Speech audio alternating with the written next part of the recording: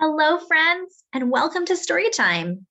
Today we're going to be reading the book Between the Lines about Ernie Barnes. This book is written by Sandra Neal Wallace and it's illustrated by Brian Collier. So this is the front cover, this is the back cover, and this is the spine. And the spine says, Between the Lines. Okay, friends, let's get started. Between the Lines. How Ernie Barnes went from football field to the art gallery.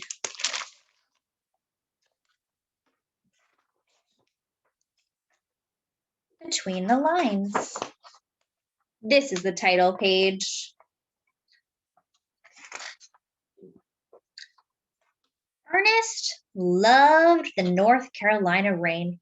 He waited for the backyard to turn into mud, painting mud. Then Ernest found a stick and painted in the slippery soil. He drew straight lines and curved lines, loop lines and cross lines, lines that kept moving past his father's new picket fence and into Willard Street. The neighbors wondered what Ernest was painting. They followed the lines to see where they led.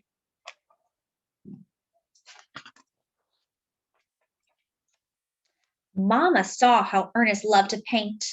But in the segregated South, she did not feel welcome in the art museum. So on sunny days, she brought Ernest with her to work. Mama was a housekeeper for a lawyer in Durham's white section.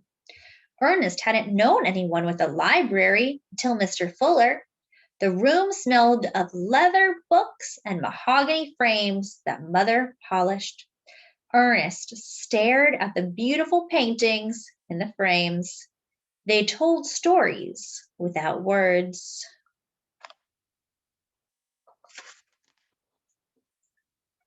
Ernest had trouble with words. Quiet and shy, he rarely spoke. He didn't know what to say when kids from the neighborhood picked on him, but he wouldn't fight back. Instead, he hurried home and painted. When Ernest grew too old to mud paint, he carried a sketchbook. The neighbors wondered what Ernest was drawing. He drew the junk man peddling hubcaps, families walking home from church, the old man snoring on the green sofa in the vacant lot while the kids played football. In the summer of 1951, most kids in Ernest's neighborhood dreamed of being professional athletes. Hey man, they'd say, what did Mays do today? Ernest didn't want to play baseball or football. His hands were drawing hands. Ernest grew to be 6'3". The football coach at Hillsdale High wanted him on the team. Ernest told the coach his mama wouldn't let him play. Was that true? Or did he just say that because he didn't want to play? One afternoon, when Ernest came home from school, he found the coach in the kitchen, eating Mama's cooking. On the table was a donation for Mama's church. Ernest knew his drawing hands would soon be playing for the Hornets. Coach made him an offensive lineman. Ernest played center and became captain of the team. Ernest was so good at blocking that college scouts watched him play. He was offered 26 scholarships. Ernest chose North Carolina College at Durham, an all-Black university across the street from Hillsdale High. He studied art and played football. In his first year of college, the civil rights movement pushed for greater freedom for African Americans. Now, Ernest and his art class could visit the museum. Ernest searched for paintings of people like him. He didn't see any. He had to find the words to ask the tour guide an important question. Ernest moved closer, gathering the words in his head. Where are the paintings by Negro artists? He asked. Surprised by Ernest's question, the tour guide paused. Your people don't express themselves in that way, she said. Ernest knew they did. His teacher had shown slides of artwork by Henry O. Tanner, Edmonia Lewis, and Palmer Hayden. But what would Ernest paint? His canvas stayed blank. His art teacher, Mr. Wilson, drove Ernest through the rhythm of laughter from his father's ragtime piano and the hard times. Ernest and Mr. Wilson yanked up a shoe stuck in the muddy walkway, a shoe with a story to be painted about hard times. Art is all around you, Mr. Wilson told Ernest. Use what you see. You catch my drift? Thinking about what Mr. Wilson had said, Ernest looked around his neighborhood. It no longer appeared ordinary. In the movement of every football play, in the explosion of a kickoff, in the swivel and swerves of game action, he saw beauty. He had found what to paint. Who is going to feed you if you become a painter? Asked Ernest's father. Ernest wasn't sure. In his senior year of college, National Football League scouts came to watch Ernest play. We are going to draft you, they told him. But he didn't think they were serious. He had other plans. On draft day in 1959, Ernest waited in Mama's kitchen the whole day. No telegram came. In the morning, Ernest spotted his name in the newspaper. He ran outside to tell Mama. I'm going to be in the pros, he shouted. Ernest would earn a living playing football for the Baltimore Colts. A few weeks later, Ernest rode a bus to catch the Colts play in the NFL championship game. Hear the thwack of tangled linemen butting shoulders on the field. He saw the sweaty faces of his new team, who sat shoulder to shoulder on the bench. Players lunged forward, itching to play. Back home, the sideline images still swirled in Ernest's mind. Jersey numbers bruising cobalt blue, referee calls roaring crimson red, sharp shoulders draped in goalpost white. Everything was so clear that Ernest didn't draw it in a sketchbook. He stretched out a canvas, reached for a palette knife, and painted. Quickly, before the image had disappeared from his mind, he'd created his first football painting. He called it The Bench. Ernest decided that he'd never part with it. That summer, Ernest carried the painting to the Colts training camp. A reporter caught sight of it and wrote about it in the newspaper. He called Ernest Ernie, and the name stuck. Ernie kept the bench, the painting, under his bed for safekeeping. On the last day of training camp, he was cut from the team. You have everything but experience, the coach told Ernie. But the new American Football League picked up Ernie's contract. Crash, bang, boom! Ernie's drawing hands hauled down his opponents every Sunday. His spike-bottom cleats drew lines in the muddy field. But Ernie's sketchbook remained empty. In a magazine, Ernie read, I Am a Negro by Paul R. Williams. Negroes, wake up, Williams wrote. Real emancipation lies in your own intellectual effort. Ernie did not want to take his freedom for granted. He thought about his wish to be an artist. Ernie longed to paint, but his fingers were too swollen from blocking. When Ernie broke his hand in a game, a cast was put on so he could still play. Even so, the coach dropped Ernie from the team. Well, that's disappointing. A want ad in the newspaper caught Ernie's attention.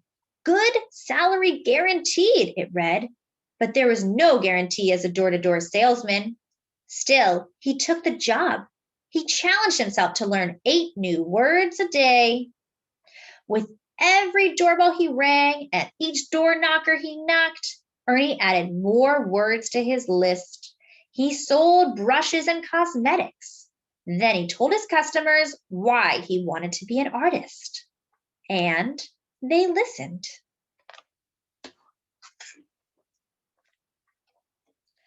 Playing football earned more money than selling brushes, so after his hand healed, Ernie joined another team. He tucked a stubby pencil and a small notepad into his football socks. During timeouts, he scribbled notes about what he saw on the line of scrimmage, nicknamed the pit.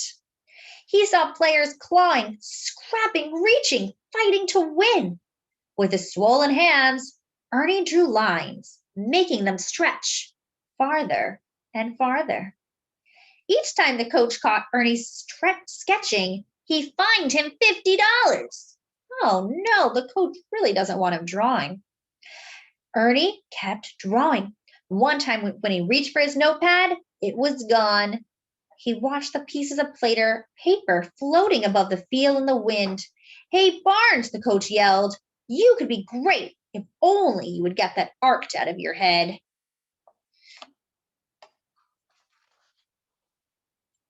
In the last game of the 1964 season, it rained. The field turned into mud, painting mud. Ernie studied the uniforms covered in muddy brown. Linemen surging, blocking steely blue, clashing bodies, stinging bloody scarlet. He followed the rain up to the brooding sky, listening to the roar in the stadium. He imagined the players as gladiators in a coliseum, wearing coats of armor, fighting for their lives. Ernie had to paint the story. After the game, he told the coach he was finished playing football. With no money for rent, Ernie painted on the stoop outside a Los Angeles motel room. He pawned watches and art books for food. He worried, would anyone buy his paintings? Ernie needed a game plan to sell his artwork. Leafing through a magazine, Ernie read a letter written by the famous painter Vincent van Gogh. "I have a lot of work to do, but I still have the firm hope to succeed," Van Gogh had written.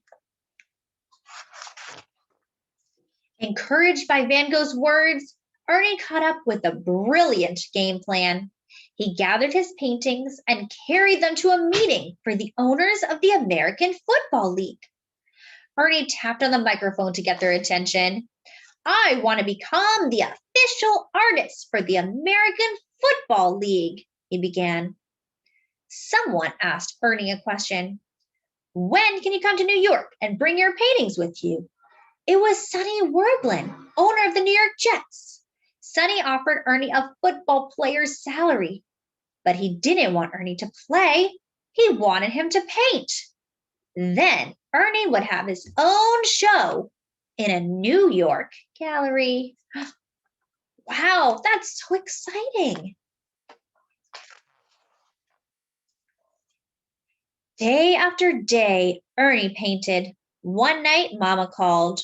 Ernie's father was very sick. Ernie drove his U-Haul full of paintings to Willard Street. He wanted to go home to see his father one last time. In the backyard, the fence his father had built sagged, a withered gray. Ernie leaned his paintings against it. It was perfect, Ernie decided. Ernie framed his paintings with pieces of his father's fence and drove back to New York City. On the opening night of Ernie's show, the gallery buzzed with activity. Visitors marveled at what Ernie had painted. A woman stuck red "sold" stickers next to his paintings. And the bench, Ernie's first football painting, was not for sale. Ernie kept that as his own. For years afterwards, Ernie's drawing hands painted stories. Celebrities, art lovers, and athletes pushed close to admire his paintings in galleries and museums across the country.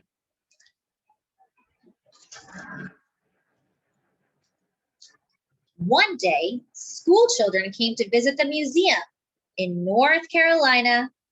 They asked to see paintings by African American artists. The tour guide showed them the newest exhibit. The artist was Ernie Barnes. They saw paintings of flowers growing in cracked sidewalks. They saw football players sparring like gladiators, their hopeful hands reaching for the ball. They saw dancers painted in bright dresses and blue jeans swaying to the rhythm of saxophones glinting gold. In Ernie's paintings, they saw hope. They saw struggle. They saw beauty. And here is a picture, a photograph of the real Ernie Barnes, still painting. Over there, you can see he's a little bit older than when he had his career. And here is the bench, his first football painting that he never sold.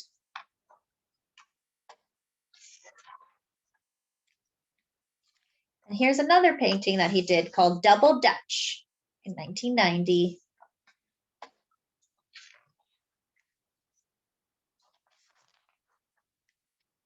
And here is a painting called My Miss America from 1970.